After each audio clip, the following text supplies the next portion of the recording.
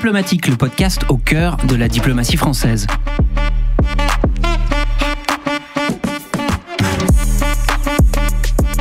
Pour comprendre la fabrique de la diplomatie, nous recevons des agents du ministère de l'Europe et des Affaires étrangères ou des invités extérieurs qui décryptent pour vous l'impact, passé ou actuel, des grands sujets de société sur la diplomatie. Alors saviez-vous que le premier rapprochement entre la Chine de Mao et les États-Unis de Nixon n'ont pas eu lieu autour d'une table de négociation, mais d'une table de ping-pong ? Parce que si les compétitions sportives peuvent se faire le miroir des compétitions internationales, ces affrontements peuvent aussi être de vrais leviers pour en éviter des plus sérieux. Un sport de contact, au fond, n'en est pas moins un contact. Alors que notre pays s'apprête à accueillir les Jeux Olympiques et Paralympiques d'été, nous allons donc nous intéresser à la diplomatie sportive. Les Jeux Olympiques n'existent-ils que pour la beauté du sport ou sont-ils un instrument majeur de soft power ? La trêve olympique est-elle un réel espoir de paix ? Gagner la Coupe du Monde de football ou de rugby donne-t-il davantage de poids à votre position dans les affaires du monde ?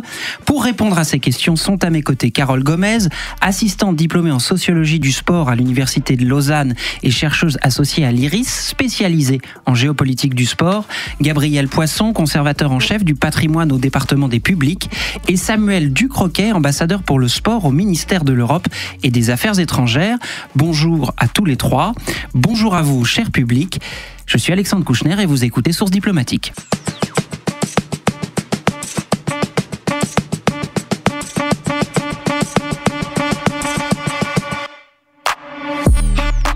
Alors nous allons évidemment parler de ces Jeux Olympiques 2024, mais avant cela, il faut que nous définissions un peu le concept de diplomatie sportive, qui n'est pas si clair que ça, si l'on en croit ces quelques réactions anonymes recueillies à Paris. Qu'est-ce que c'est pour vous la diplomatie sportive ?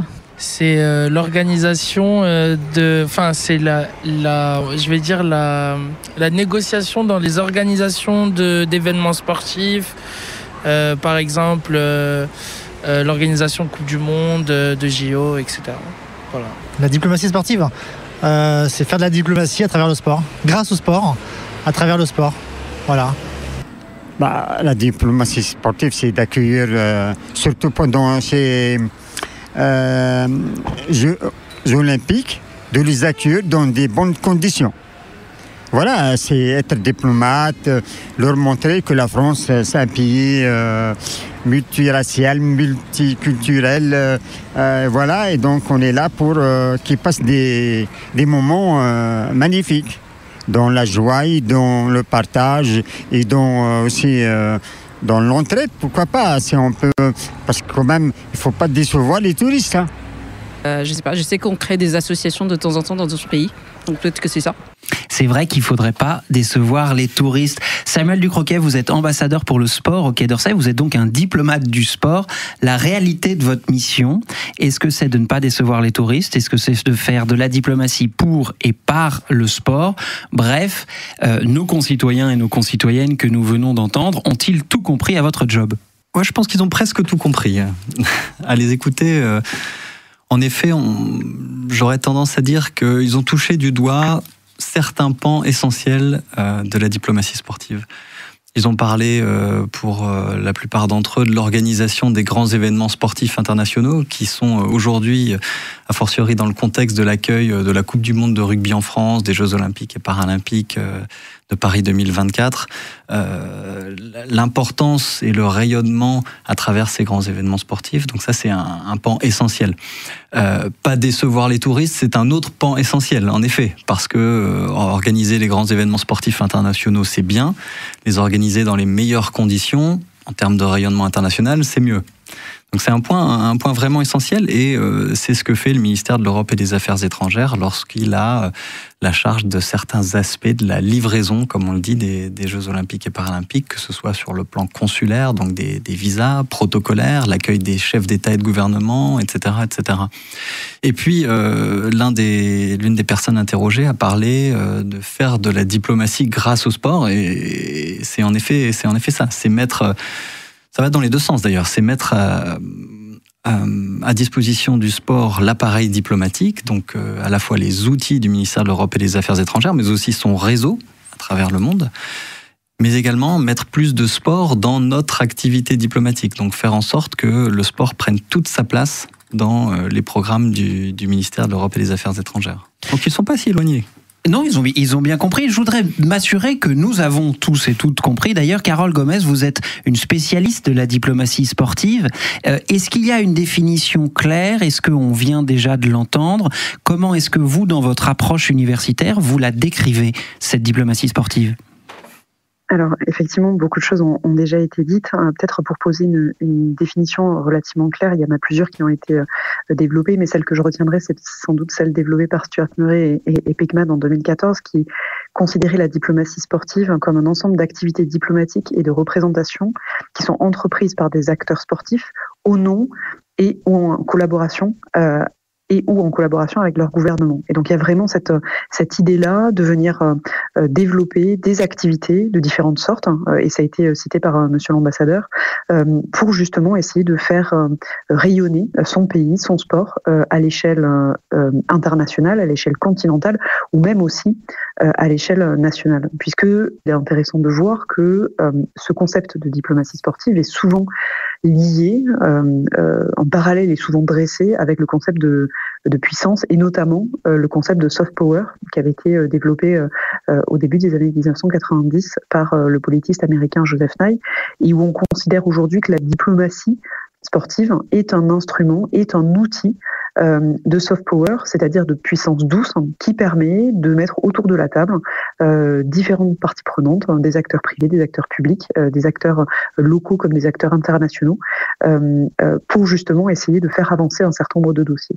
Et ce qui me semble aussi très important d'avoir en tête, et ça a été souligné par monsieur l'ambassadeur, c'était aussi le fait qu'il y ait cette diplomatie sportive, elle est évidemment tournée vers l'extérieur, mais elle est aussi tournée vers on va dire sur le plan domestique, où il va être important de mettre le sport au cœur de l'agenda, pour des raisons d'éducation, pour des raisons de santé publique, pour des questions de développement aussi économique. Et c'est ça qui est vraiment passionnant avec la question de la diplomatie sportive, c'est qu'elle est complètement protéiforme.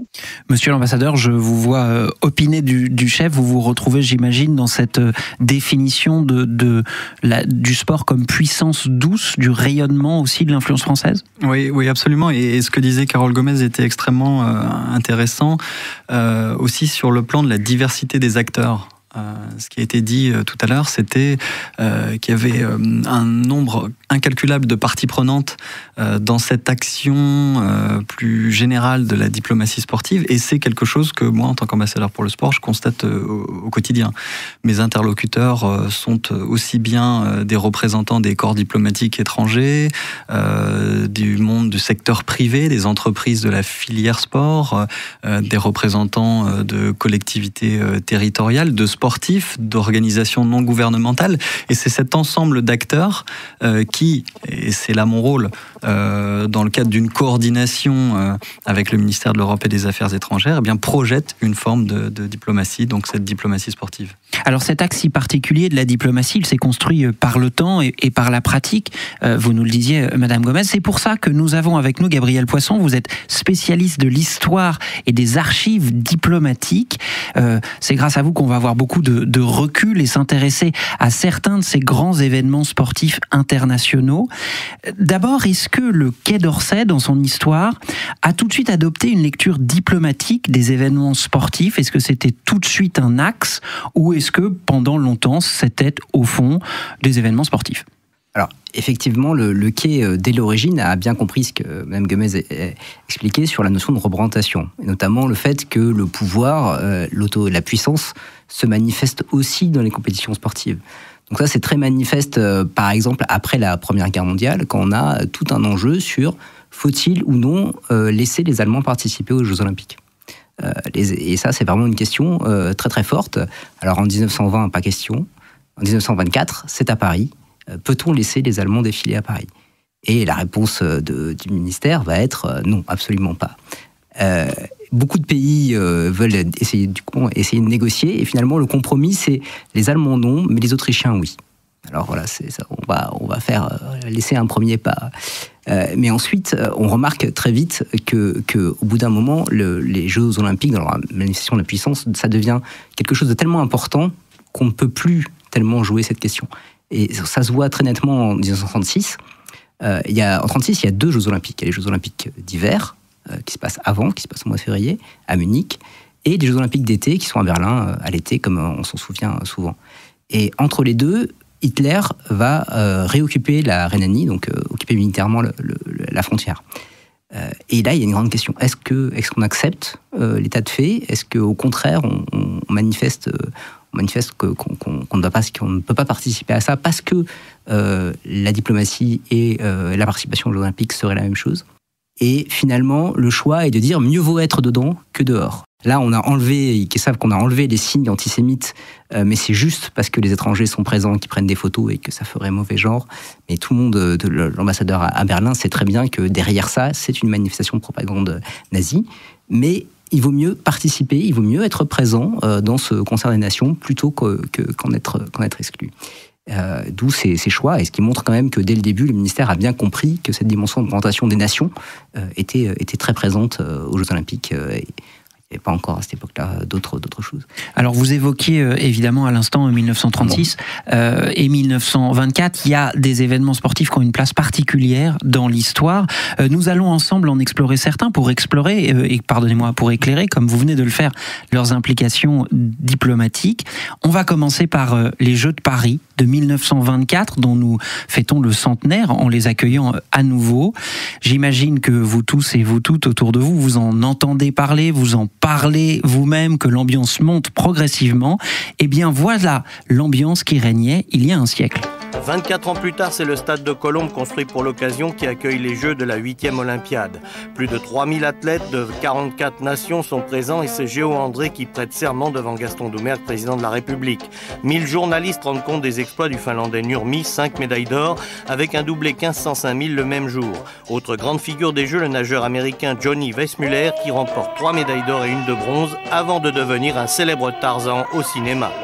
Gabriel Poisson, quand notre pays accueillait les Jeux Olympiques il y a déjà 100 ans, vous nous le disiez à l'instant, c'est déjà une opération d'influence. Il y a déjà des questions politiques qui se posent et qui sont effectivement d'un symbolisme frappant. Faut-il ou non accueillir de nouveau des Allemands sur notre territoire qui vont défiler ? Que nous apprennent les archives diplomatiques à ce moment-là ? Qui a le dernier mot, typiquement ? En fait, à ce moment-là, il y a deux acteurs, c'est le ministère d'un côté et le Comité olympique français. À ce moment-là, la place, on va dire, des organismes privés, notamment des fédérations de sport amateurs, puisqu'à l'époque, les JO sont strictement une pratique amateur, sont très importants. Et clairement, le ministère est plutôt là dans un rôle de validation que de co-organisation qu'il peut avoir aujourd'hui. Et il y a un point très important, par exemple, c'est la question quelle est la participation des pays en situation coloniale ?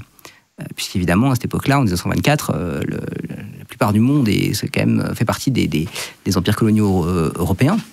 Alors les Anglais, par exemple, vont faire monter une équipe indienne, donc ils constituent une équipe de sportifs indiens, alors que les Français vont intégrer les représentants des pays africains dans l'équipe nationale française. Donc on va avoir comme ça des différences de vision qui sont organisées, mais qui en fait sont déjà décidées, on va dire, par les comités olympiques nationaux qui sont structurés à ce moment-là.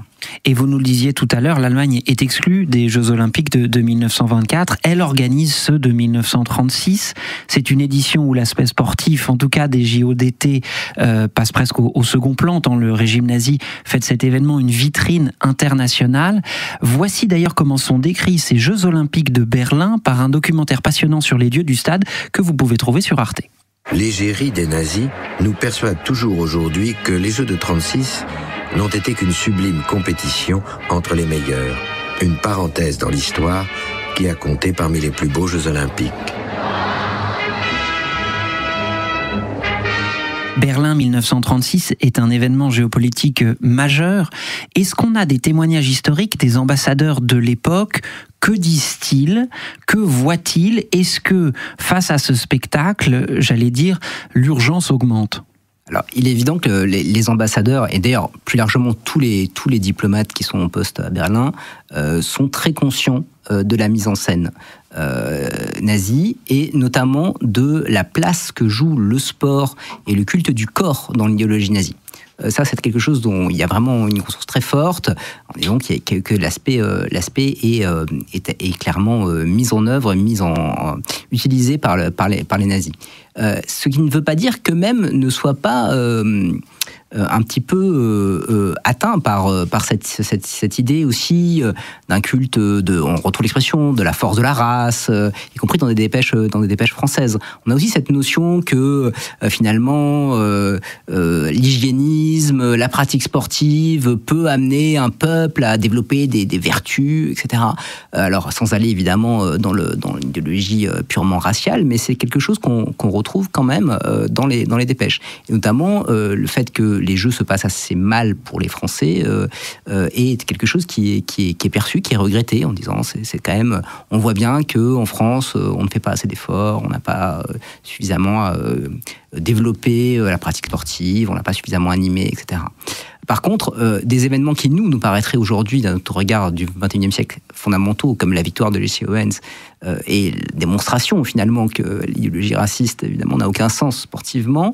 Juste au cas où certains d'entre nous ne s'en souviendraient pas, Jesse Owens, athlète américain, noir américain, qui triomphe dans des épreuves d'athlétisme et qui est donc la seule personne de couleur présente sur le podium, entouré notamment, c'est la finale du 100 mètres, si je ne m'abuse, où il est entouré de deux athlètes qui sont les parangons de l'esthétique nazie, donc des corps puissants, très blonds, et au milieu, Jesse Owens, athlète noir américain qui triomphe.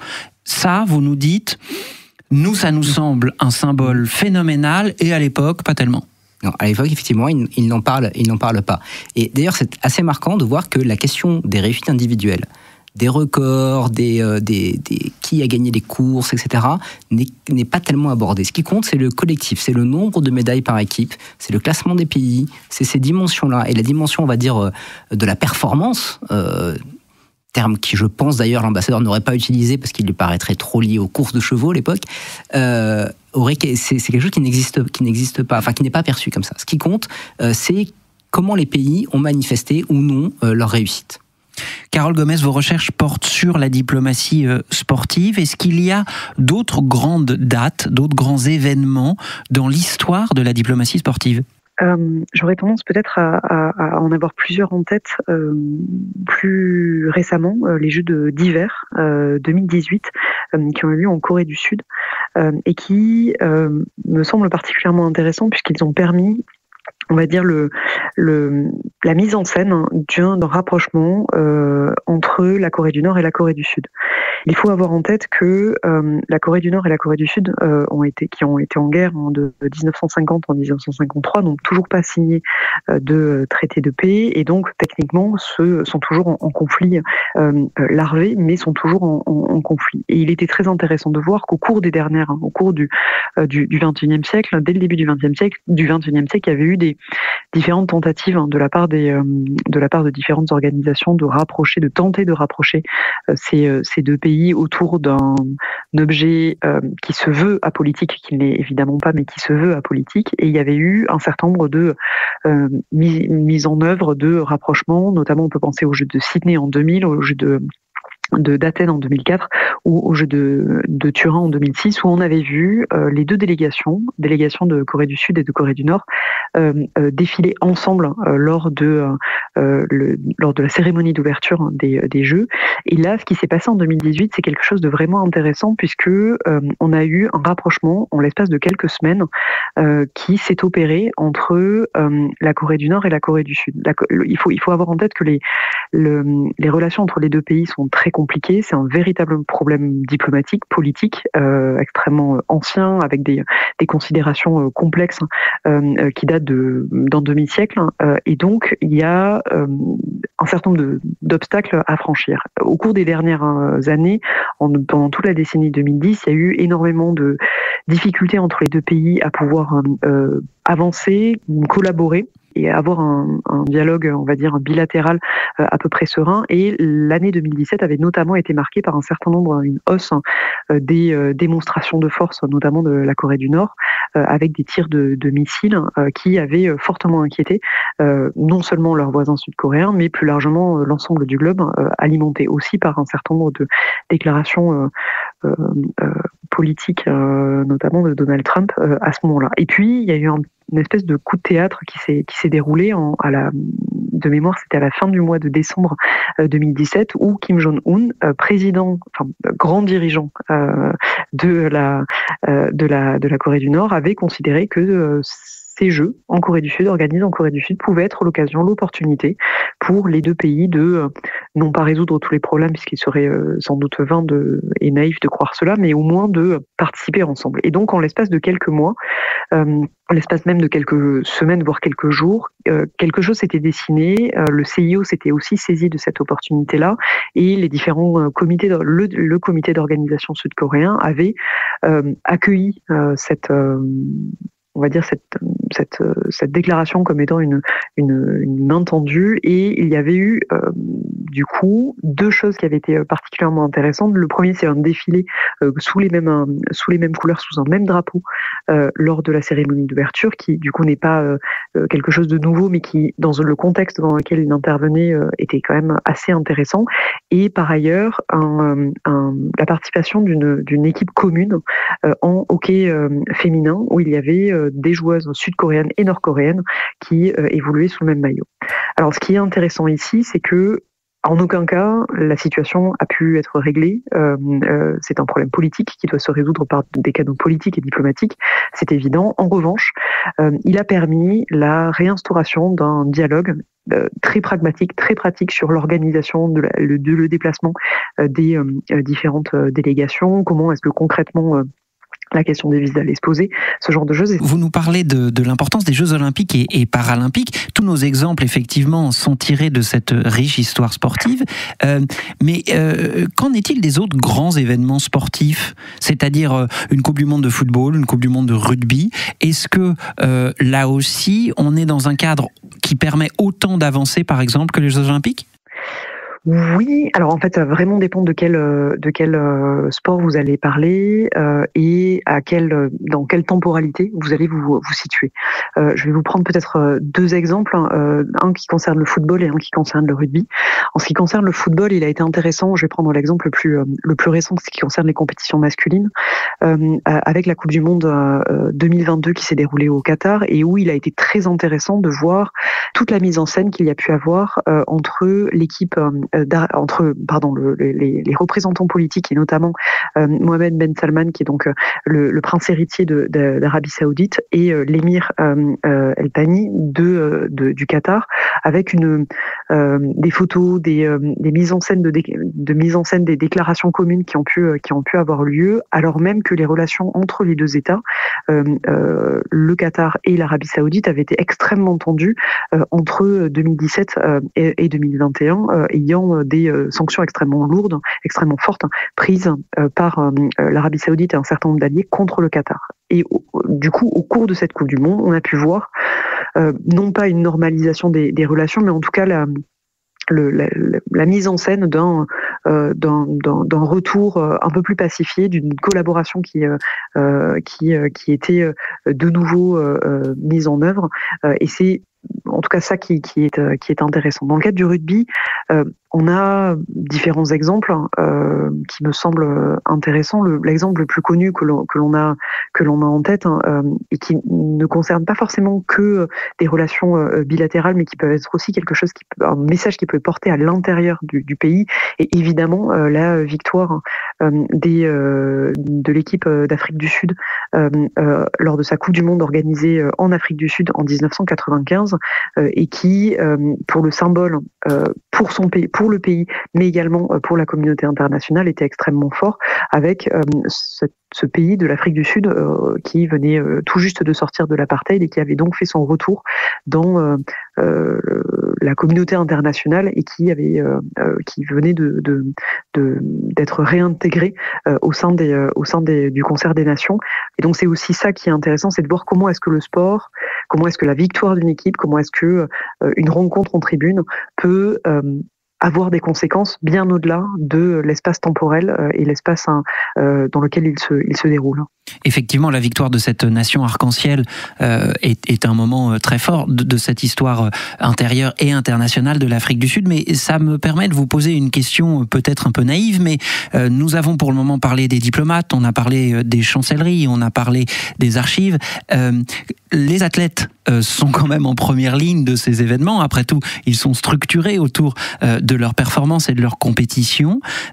Madame Gomez, vous êtes aussi sociologue du sport. Est-ce que ces athlètes, ils sont préparés, ils sont briefés, ou est-ce qu'ils sont absolument libres de leurs paroles et de leurs actions? En vous posant cette question, j'ai évidemment en tête l'image des JO de Mexico de 1968 et du point ganté et levé des athlètes afro-américains Tommy Smith et John Carlos. Est-ce que aujourd'hui, en 2024, les athlètes qui feront partie des délégations officielles, il y a un moment où un ou une diplomate ou un ou une représentant d'une institution va quand même leur faire un petit point en leur disant bon, il y a des choses que vous pouvez pas dire.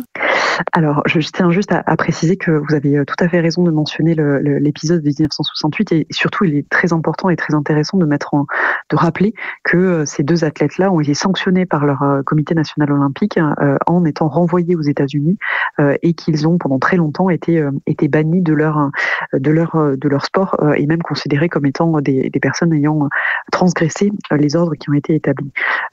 Pour le coup, si vous me permettez une réponse peut-être en deux temps, la première, c'est qu'il faut avoir en tête que les sportifs, à l'instar du droit international, les individus en tant que tels ont tardé à avoir une importance, une reconnaissance sur la scène internationale. Et donc, pendant très longtemps, même s'ils étaient les acteurs premiers, ceux sans qui le sport n'existerait pas, leur voix était sans cesse minimisée, peut-être étouffée, et qu'il était vraiment important qu'ils ne prennent pas la parole ou qu'ils ne se positionnent pas sur le sujet. Avec aussi en tête le mythe de l'apolitisme du sport et qu'il était vraiment très important pour ces sportifs-là de ne surtout pas s'engager sur un terrain politique qui pourrait être glissant, qui pourrait être compliqué pour eux à gérer. Toutefois, les choses ont un tout petit peu changé, un tout petit peu évolué, et j'en veux pour preuve la toute petite modification qu'il y a pu avoir, par exemple, dans la charte du CIO, du Comité international olympique, qui pendant très longtemps qui était l'article 50, qui avait tendance à limiter la liberté d'expression des athlètes lors des Jeux Olympiques et Paralympiques, lors des Jeux Olympiques puisqu'il s'agit du CIO, et qui petit à petit a eu tendance, notamment au regard des différents mouvements, au regard des différents actes militants qui se sont développés au cours des dernières années, à laisser un tout petit peu plus de liberté à ces athlètes dans un cadre très particulier et avec une liberté d'expression qui est somme toute relativement réduite. Mais il y a eu un espèce de petite avancée. Et pour répondre à la deuxième, en ajoutant un deuxième point, oui, effectivement, au cours des dernières années, au cours des dernières décennies, on s'est rendu compte à quel point il était important d'avoir un message cohérent de la part des délégations, et donc on a pu voir une interaction peut-être plus grande entre les autorités diplomatiques et les différents athlètes, mais pour le coup et surtout pour ne pas m'avancer trop sur ce sujet, je laisserai sans doute la parole à la fois à Monsieur Ducroquet ou à Monsieur Poisson pour avoir soit des exemples actuels, soit des exemples passés. Eh ben, c'est une très bonne idée. Je vais faire exactement exactement la même chose. Monsieur l'ambassadeur, vous venez de vivre de nombreux événements sportifs de grande importance, la Coupe du Monde de rugby en France, la CAN en Côte d'Ivoire il y a très peu de temps. Les JO ont-ils vraiment une place à part dans l'approche diplomatique française? C'est un événement sur lequel nos forces diplomatiques sont mobilisées dans le temps. C'est un vrai temps fort de notre diplomatie? Sans aucun doute. On est sur une échelle vraiment à part. Vraiment au-dessus. Alors de toute évidence, la Coupe du Monde de rugby était un temps fort aussi de l'année 2023. C'est une certitude. Mais en termes de mobilisation globale, les Jeux Olympiques et Paralympiques revêtent pour le coup une importance majeure. Et pour différentes raisons. Alors la première, c'est le fait qu'il s'agit peut-être du plus grand événement international au monde, toutes catégories confondues, à la fois en termes de visiteurs internationaux, venant de l'étranger, environ 1,5 million de visiteurs étrangers pour cette occasion-là, le nombre de chefs d'État et de gouvernement attendu, plusieurs centaines en cumulé avec le ministre des Sports, le nombre de journalistes accrédités aussi, on est à plus de 20 000, le nombre de téléspectateurs, ça se compte en milliards, donc on est vraiment sur des échelles considérables. Les regards sont braqués vers la France et tout le monde attend du pays une performance, je ne parle pas du plan sportif, mais de la réalisation d'un événement sans faute. Donc la mobilisation est à la hauteur des enjeux. Et pour le réseau diplomatique, en fait, elle remonte à plusieurs années, puisque la concurrence pour accueillir de tels événements. Alors ça a un petit peu évolué ces dernières années, mais on a le sentiment, en tout cas j'ai le sentiment que ça repart à la hausse, mais la concurrence est quand même rude pour obtenir le droit d'accueillir les Jeux Olympiques et Paralympiques. Et la mobilisation du réseau diplomatique s'est faite dès la phase de candidature, en fait, où l'ensemble du réseau diplomatique a fait corps derrière le comité d'organisation, l'ensemble de l'équipe France, si je puis dire, qui essayait de convaincre le CIO et les membres du CIO qu'il était le meilleur, qu'elle était la meilleure des candidatures pour accueillir les Jeux de 2024. Et donc il y avait cette mobilisation forte, avec l'envie de remplir cette mission. Et puis après, forcément, dans la préparation des Jeux, le réseau diplomatique et le ministère de l'Europe et des Affaires étrangères est impliqué, et puis dans sa valorisation également. Dans sa valorisation en France pendant les Jeux, qu'est-ce qu'on fait à l'occasion des Jeux, et puis à l'étranger, comment est-ce qu'on fait en sorte que nos 2,5 millions de Français expatriés, nos partenaires à l'international, se sentent impliqués aussi, tout en étant loin des Jeux. Alors ces Jeux Olympiques se dérouleront d'ailleurs dans un cadre géopolitique très particulier, marqué par la guerre en Ukraine, la guerre entre Israël et le Hamas, une dégradation de nos relations avec un certain nombre de pays africains. Dans ce contexte-là, quels sont les objectifs de la diplomatie française lors de cet événement ? Alors faut pas tout mélanger, on n'est pas dans une période où... parce que la situation géopolitique est compliquée à travers le monde, on va organiser une grande conférence de paix internationale à la période des Jeux. On est quand même dans un contexte différent et ça serait, je dirais, faire insulte presque aux sportifs que de détourner l'attention qui leur est dévouée pour s'occuper de géopolitique exclusivement. Néanmoins, l'organisation des Jeux, et puis je le disais tout à l'heure, la présence de chefs d'État et de gouvernement, de ministres étrangers à l'occasion notamment de la cérémonie d'ouverture, offre des opportunités en termes de rencontres bilatérales, des opportunités, pourquoi pas aussi de conférences, d'événements ayant vocation à mettre en avant un certain nombre de principes, un certain nombre de valeurs. Je pense à la contribution du sport et de l'olympisme aux objectifs du développement durable, qui est un objectif que le président de la République avait annoncé lors de la conférence des ambassadeurs l'année dernière. Donc il s'agit là en fait d'opportunités à la marge, et puis on sait comment ça se passe. C'est n'importe quel événement sportif international offre toujours ces opportunités d'échange dans les couloirs, de rencontres bilatérales avant, après le match, à la mi-temps, ce genre d'échange avec à la fois le monde politique, mais également le secteur privé, les représentants de fédérations internationales, de comités nationaux olympiques, et puis d'autres organes qui n'ont pas nécessairement de lien direct avec les Jeux olympiques et paralympiques, mais qui sont drainés par cet événement et qui offrent des opportunités diplomatiques au sens large. Et c'est à nous de nous en saisir. Vous nous le disiez à l'instant, les Jeux olympiques et paralympiques de Paris 2024 ne sont pas nécessairement une grande conférence internationale pour la paix. Néanmoins, le contexte géopolitique sera présent. Ça amène la question complexe de la présence d'athlètes et de délégations de tous les pays. Monsieur Poisson nous disait tout à l'heure à quel point, en fait, c'est une question très ancienne, puisqu'en 1924, on se la posait déjà. Il faut clarifier un point. Le pays hôte des Jeux olympiques et paralympiques décide-t-il de la liste des nations participantes? Je vais être beaucoup plus clair. La France peut-elle refuser d'accueillir les athlètes russes, comme certains, notamment nos partenaires ukrainiens, nous le demandent? Alors, j'ai entendu ce que disait M. Poisson tout à l'heure sur la participation, notamment de l'Allemagne, au lendemain de la Première Guerre mondiale. Et c'est assez intéressant de voir la manière dont le Comité international olympique s'est renforcé, est devenu un acteur international de poids, et aujourd'hui en mesure de mettre en place des règles qui sont propres au mouvement sportif, qui sont autonomes. Et aujourd'hui, on est dans ce cas de figure. On est dans le cas de figure où l'autonomie du mouvement sportif a été reconnue.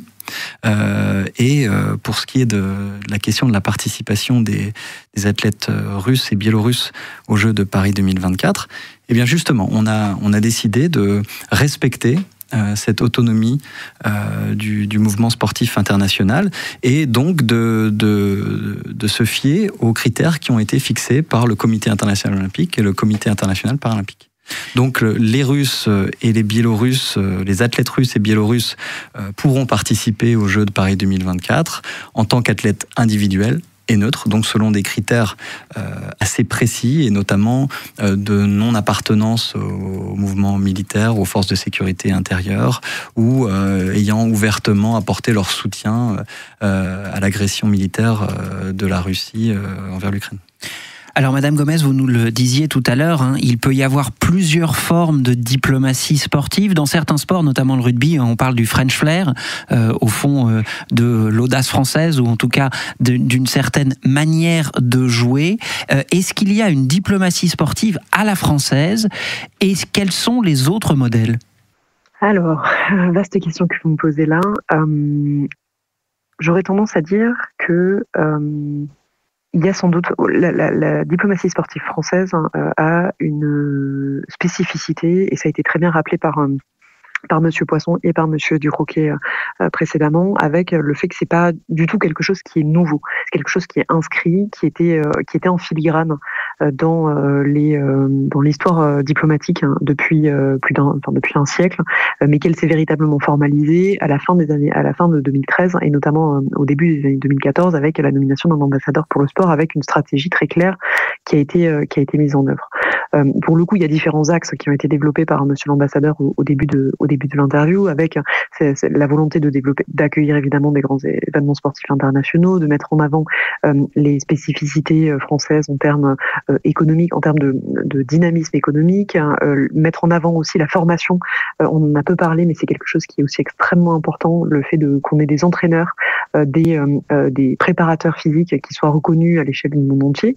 Et d'ailleurs, c'est aussi tout un enjeu de conserver ces entraîneurs-là pour des équipes françaises ou pour des athlètes français, pour pas qu'ils ne soient débauchés par d'autres nations. Il y a aussi les avancées d'un point de vue technologique qui peuvent être intéressantes à signaler. Et il y a, on va dire, cette façon de faire de la diplomatie par différents canaux et par le sport en particulier, en essayant d'y mélanger aussi les enjeux économiques, les enjeux touristiques et ces éléments-là. Donc il y a vraiment peut-être cette patte française que l'on peut retrouver, même si il est intéressant de voir qu'il y a d'autres diplomaties. Chaque pays, en réalité, a des diplomaties différentes, et à mon sens, il est toujours important de se rappeler, de savoir quels sont les objectifs de la diplomatie d'un pays. Par exemple, on a pu voir au cours des dernières années une diplomatie sportive extrêmement ambitieuse de la part du Qatar. On l'a vu depuis quelques années aussi, une diplomatie ambitieuse de la part de la Chine, de la part de l'Arabie Saoudite, et qui sont un peu les nouveaux venus, les grands géants sur ce sujet. Pour l'Arabie Saoudite, c'est vraiment quelque chose de très récent. Et il est toujours, à mon sens, essentiel de se demander les objectifs de cette diplomatie sportive. Par exemple, quand on s'interroge sur les objectifs de la diplomatie sportive du Qatar, un des objectifs que l'on retrouve, et notamment ça a été quelque chose qui a guidé l'ambition d'accueillir la Coupe du Monde masculine de football en 2022, c'était véritablement de faire reconnaître le pays à l'échelle internationale afin qu'il obtienne une notoriété importante et qu'il accède à un rang de puissance sportive sur ce sujet. On est d'accord que la Chine ou l'Arabie Saoudite n'a pas besoin d'organiser un grand événement sportif international, n'a pas besoin d'organiser ou de performer sur la scène sportive pour qu'on lui attribue ce qualificatif de puissance. C'est d'autres choses qui vont se chercher, qui vont justifier le développement de cette diplomatie. Aujourd'hui, on parle beaucoup de diplomatie sportive en France, avec pour objectif les Jeux Olympiques et Paralympiques de Paris de 2024, ce qui effectivement, qui a pendant très longtemps été un objectif de moyen terme extrêmement fort. La vraie question qui se pose, ça va être de se dire comment est-ce que désormais on invente peut-être une diplomatie sportive française différente ou qui continue dans la même lignée qu'elle a été développée depuis une dizaine d'années et vers quoi elle va tendre. Et c'est ça qui est absolument, à mon sens, fascinant, c'est de voir toutes les formes qu'elle va pouvoir adopter, quels sont les choix qui vont être faits, quelle va être la stratégie qui va être mise en œuvre pour justement essayer de penser la diplomatie de demain et sous quelle forme et surtout avec quels acteurs. Eh bien, écoutez, je vais poser cette question immédiatement à Monsieur l'ambassadeur. Les Jeux Olympiques et Paralympiques sont à nos portes. Que se passe-t-il après pour la diplomatie sportive française ? Je pense qu'il ne va pas y avoir de révolution du jour au lendemain, dans le sens où, et c'est peut-être une réponse aussi à la question que vous avez posée à Carole Gomez juste avant, une des spécificités, je dirais, de la diplomatie sportive française, c'est son côté un petit peu œcuménique. Elle aborde une vaste diversité d'objectifs, de moyens d'action également. Donc oui, l'organisation des Jeux Olympiques et Paralympiques, des grands événements sportifs internationaux, est un objectif majeur en termes de rayonnement international, je ne reviens pas dessus. Oui, la diplomatie sportive en termes d'influence et d'attractivité sur le plan économique, sur le plan touristique, etc., est un deuxième objectif qui vient d'être cité. Je ne reviens pas dessus non plus. Mais on a aussi ce troisième aspect qui est d'ores et déjà, qui existe d'ores et déjà, mais qui est peut-être moins connu, puisqu'il est davantage dans l'ombre des grands événements sportifs internationaux, qui est le fait de construire, densifier, diversifier notre réseau à l'international grâce au sport. Accompagner les acteurs du sport, accompagner cet écosystème français dans le tissage de liens à l'international et faire en sorte que, également, notre politique de développement, et ça c'est quelque chose qui s'est développé depuis 2018, intègre en bonne et due forme le sport parmi ses moyens d'action. Donc on est vraiment sur une approche diversifiée et en effet au lendemain des Jeux de Paris 2024, il s'agira de renforcer, d'accroître cette dimension-là, sachant qu'on aura aussi probablement l'organisation des Jeux de 2030 à préparer. Donc on aura encore un petit peu de temps avant de penser à une reconversion totale. Eh bien, Carole Gomez, Samuel Ducroquet et Gabriel Poisson, merci beaucoup d'être venus éclairer pour nous les enjeux et les moyens de la diplomatie sportive à quelques mois des Jeux Olympiques. Merci à vous qui nous écoutez. Si ce sujet vous intéresse, sachez qu'un deuxième épisode est consacré à la diplomatie sportive, au programme Les liens entre le sport et le développement. À tout de suite.